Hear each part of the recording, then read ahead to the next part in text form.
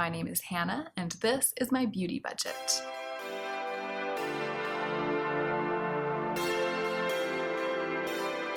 Hey guys, so I just got ready to film some videos, and this is the look that I put on, and I filmed the look for you guys. A couple of weeks ago, a couple of videos ago, I can't really remember, I had talked about how the look that I'm into right now is that I was licked by a watercolor painting that gave me pink eye. And I actually felt, and that is what I've been wearing. I mean, this is the look, omitting the lip, which I've kind of been wearing a bunch of different kinds of lips with this look. I mean, a bunch of different lip colors with this look, but everything else is the look that I've been wearing on almost a daily basis now for several weeks. But I was a little bit worried to wear it to film because I felt like it would be too light, kind of I would be washed out, that I might look a little bit weird. But a lot of you guys really loved it and asked for a demonstration, so I decided to go ahead and film one. I feel like I'll always think of this look as licked by a watercolor painting that gave me pink eye from now until the forever future, but I'm not sure if I'll be able to call the video that. I wonder how well, I don't know how well that phrase will perform in the YouTube algorithm, but maybe I'll go ahead and title the video that and see how it does. Anyway, that's the whole video. It's just me applying this makeup. Let's go ahead and get into the meat of the video.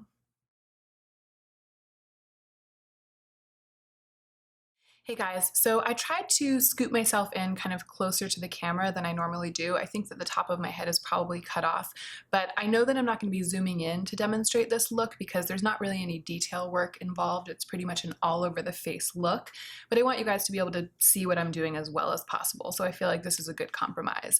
I hope that it's all right.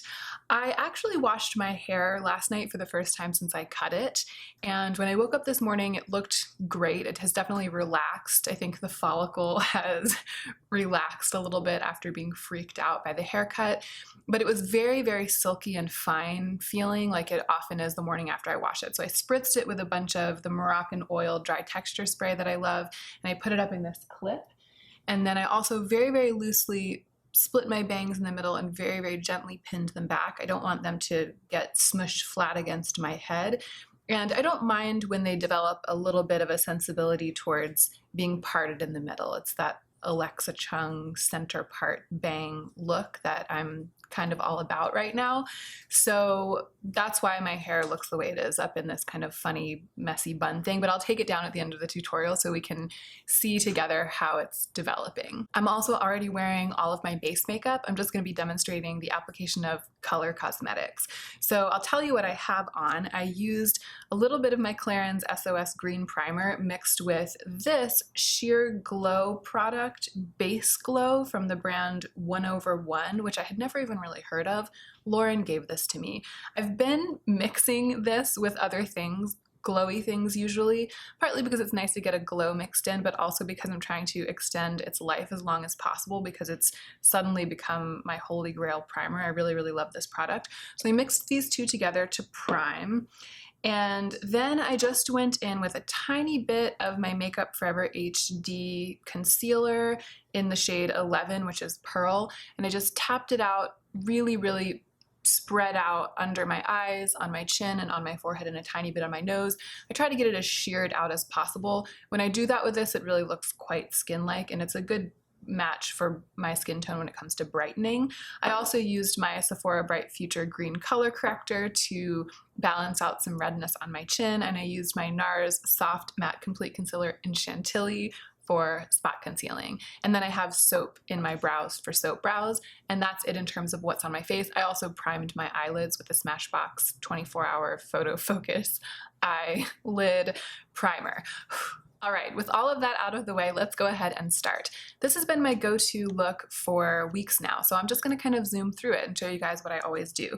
I'm using my Glossier Cloud Paint in the color Dusk. This is my only Glossier Cloud Paint. When they first released, I purchased Dusk and Beam, which is the more apricot kind of orangey one, and I ended up decluttering Beam. I'm just leaning more and more towards neutral blushes these days. I feel like because of my complexion, a brightly colored blush really makes like a cherry cheeked girl out of me. Like, it really kind of gives me that youthful look, which as I age can be slightly at odds with the actual age of my eyes, really, which I'm not against. I mean, I love looking my age. I love it. I'm really glad when people look at me and they're like, you are a 34-year-old woman and I'm going to treat you as such. I worship that, so I'm not against it. I'm just leaning more into these types of colors for blush. I occasionally do venture into a brighter blush when I'm doing something more editorial, but for every day, I often just feel like it makes me look kind of like I'm trying to look younger than I am, or makes a little bit of a contrast on my face. That's just me. I know that not everyone is like that. I know that for many women, as they age, actually brighter blushes can balance out the way that their faces are changing. And I'm not saying that this is a rule across the board. I think that it's this way for me because of like my complexion, my coloring. So I'm going to take a dab of this and pop it here. I'm going to go one cheek at a time. This doesn't dry so fast that it's not workable, but I've started to prefer just going one cheek at a time for a little bit more control. So I'm dabbing, a little goes a very long way. I'm just going to blend it out. So when I said one cheek at a time, what I meant is that I'll do a little bit on one cheek and blend it out, and then a little on the other and blend it out, and I'll keep going back and forth. I didn't mean that I will do one whole cheek first. It's just that I don't want to dab, dab, blend, blend, because then I feel like the consistency of the second dab, the one that's been waiting there while I blend out the other cheek, has changed ever so slightly by the time I get to it. So I'm going to keep going, dabbing, dabbing, blending, blending back and forth until I have the flushed look that I desire.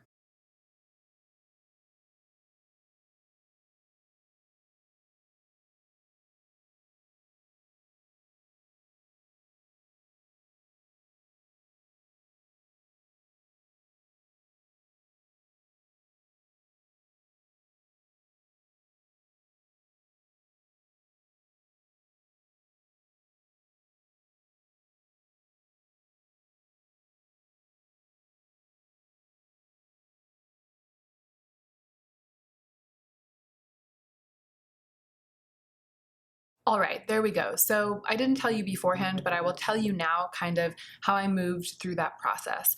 You might have noticed that I started with a pretty centralized buffing of the color. So the first couple of dabs, I kept it like around just here on my cheek, kind of where I want the color to be the most concentrated.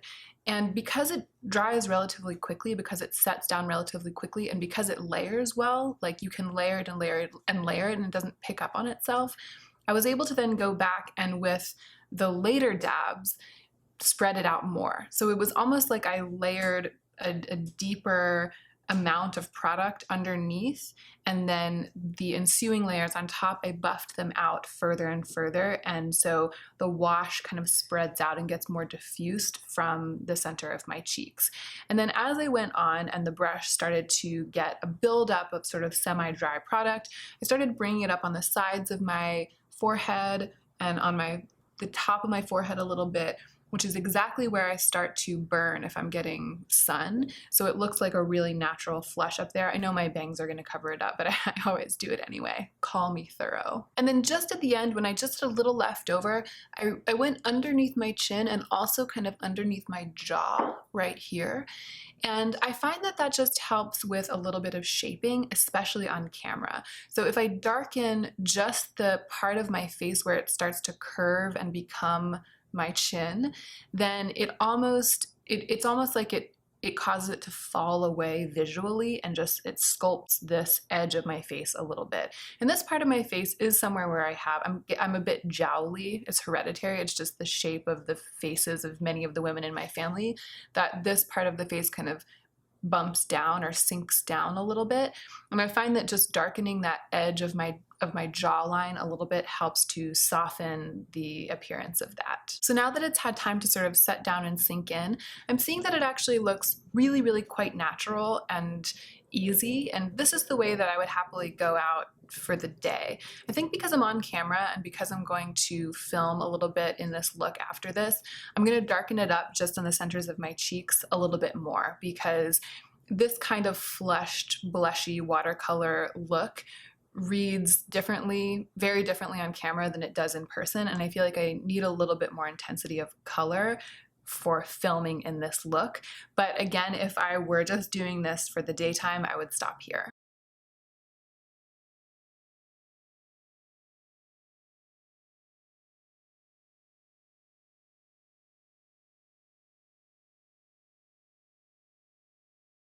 I also forgot to mention before that when I had that little bit of product that I was using kind of for my jaw and my chin, I also rubbed a little on my nose, and I used a little bit of that very, very light flush of color to bring it in like onto the inner parts of my cheeks. I generally don't want a lot of color right on the inner parts of my cheeks right here, but I like to let a slight wash come over kind of the bridge of the nose and that part of the cheeks just to make it look more natural. Because if there's a lot of color built up on the outer edges of the cheeks, it's great for contouring and lifting the face. But if I have like this really blank white under eye and then this really blushy cheek, it looks more made up. All right, I think I'm set for the cheeks and the rest of the face. I'm gonna go ahead and apply this same product to my eyes. And I'm just gonna keep this same big brush. That's what I've been doing. It's a very low maintenance eye application. So I'll go ahead and do it, and then if I think of anything that I think will help in terms of detailed explanation, I'll tell you afterwards.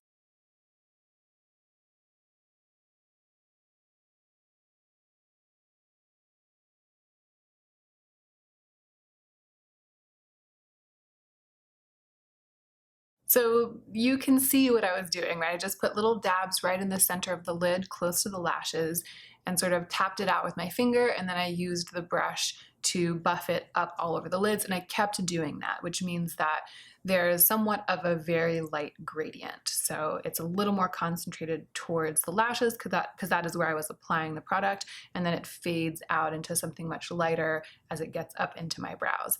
I forgot a brush that I also use when I put it on the lower lash line, so I'm gonna grab that right now. But basically, for the lightest version of this look, I would stop here and apply mascara. So I would just put it on my upper lids and leave my lower lids totally blank. My lower lids, my waterline, right, like underneath my lashes. But today I'm actually going to buff some of this same product underneath my eyes, so I'm going to grab the brush that I use for that. So this is the Rephr 03. I'm going to go ahead and buff out some of this color on my lower lash line. The other brush I was using, I can't remember if I mentioned, it's a Wet n Wild brush that came in a set. So it doesn't have a number on it, but you can see it's one of these, I think it's their like pro line, like the Wet n Wild Pro line. I'm not sure which brush it is, but I'll definitely link it when I link things in the description box when I'm posting this video.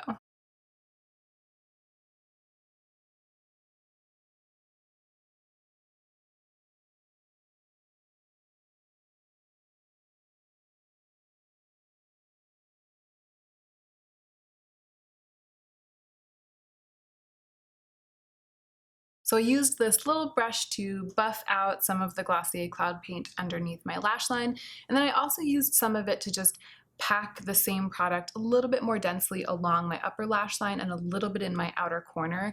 It's a subtle difference, but it just helps give slightly more dimension to this look without really looking like I've added dimension. I mean, I think you can't really see very much of a difference. So again, this is kind of where I would stop for regular wear, but because I'm going to be on camera in this look, I'm gonna add a little bit more on my lids in my crease, and I'm gonna kind of bring it up a little bit higher because I want to make sure that you can actually see that flush on my lids. I think right now it's looking quite subtle.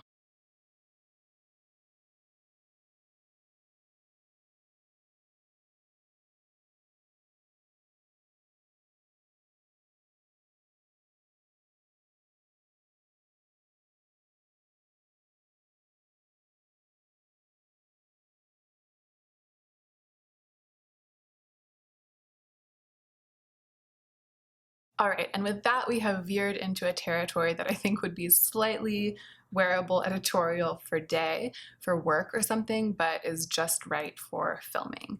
So that's it for the color cosmetics, other than the lip, which can be almost anything. I'm going to go ahead and apply mascara and also put my mole back on. And I'm not going to film it because filming the application of mascara is always a weird, bad idea. I'm just going to turn off the camera and then turn it back on after I have the mascara on. But I'll tell you now, I'm using the Monsieur Big Mascara by Lancome. This is my one mascara currently, and I'm going to do several layers of application on both the upper and lower lashes, even though I haven't used any liner, any kind of dark product on my eyes. It's just going to be mascara for that kind of definition. I'm going to build it up and get as fluffy and as dramatic a look as I can, both above and below my eyes. So there's the mascara on, and I also put my mole back on with a dab of eyeliner. I am not going to use any highlighting products over top of this blushy look today. I have in the past, when I was wearing this look in the videos that I filmed a couple of weeks ago, and many of you requested to see a demonstration of it, I had layered the Fenty Beauty Diamond Veil over top of this look. So it was all over my cheekbones and on my eyes as well, especially on the brow bone. But I really love the finish of the Glossier Cloud Paints without anything on top. They're slightly, they're not matte.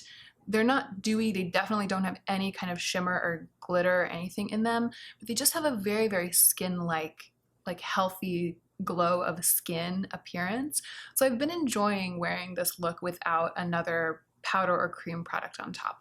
What I am going to do, however, is to spray this Lila Bee mist on top of my face, and it is going to give me a glow. It's called the Aglow face mist, and Lila Bee actually sent this to me. They sent me a little package of things. It's like real PR, like not through Octoly, not through anything, which rarely happens to me. Like, it's rare that a brand that I know, like an official brand whose products I've coveted, who's in Sephora, reaches out and is like, we'd like to send you a little care package. But Lila Bee reached out, so I'm like kind of starstruck. It was pretty amazing.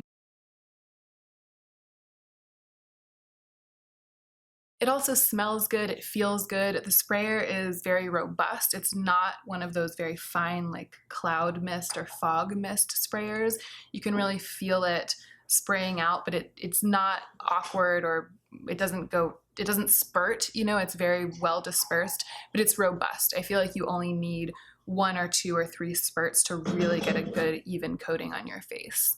Sorry, Joe is like moving around and making noises, but I'm just going to talk through it. So all that's left is to apply a lip product, and I am going to wear this Maybelline lipstick. If you watched my check-in video, then you will know that one of the things I purchased last month was a Maybelline lipstick, and I had talked about how it was a really lovely experience because it wasn't my old obsessive kind of shopping. It was a very calm, positive, easy experience.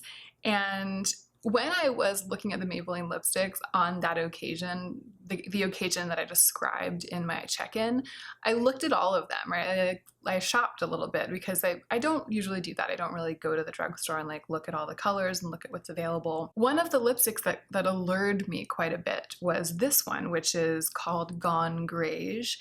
And I went home, I purchased the other one, I was really happy with it, and then I started looking up Gone Greige, like looking up swatches and looking up pictures and stuff like that, and I actually decided to go back and buy it as well. So I ended up buying 2 Maybelline lipsticks last month, and I'm so happy with both of them. I'm so happy. I'm gonna go ahead and apply Gone Greige, and hopefully you will agree with me that it was a really good decision.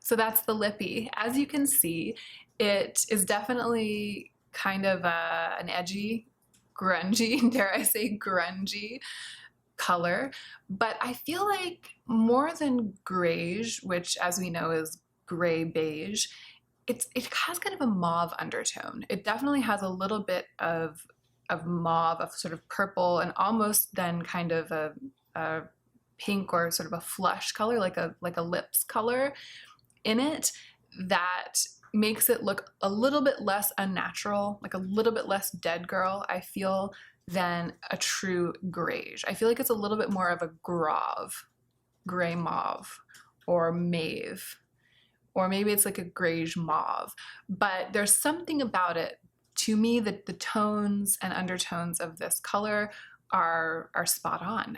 I feel like it's the perfect balance, because I have tried greiges on before, and even some kind of greige nudes that just make me look icky, like they really do wash me out. I feel like ones with more of a yellow undertone tend to do that for some reason.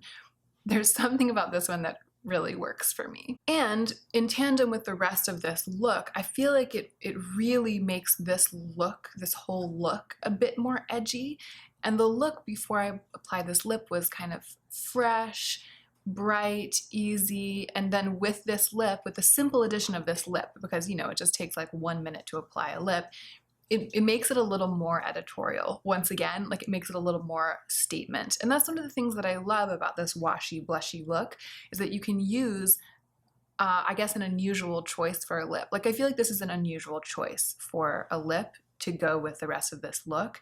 I think a more usual choice would be like a soft peachy lip gloss, or a pale nude, or a My Lips But Better color, or even like a chocolatey brown, like Maybelline Raw Chocolate, which is the other one that I recently purchased, or like a reddish, ruddy brown. Those would all sort of be the, or an orangey color actually. Something even like M Cosmetics Faded Clementine would not be so shocking. But this as a choice, or the other thing that I think makes it a bit more editorial, is a bold red lip with this washy, flushy look. Either of those two just makes it more statement, and I really like that. I really like the fact that it can be kind of natural and statement and low maintenance all at the same time.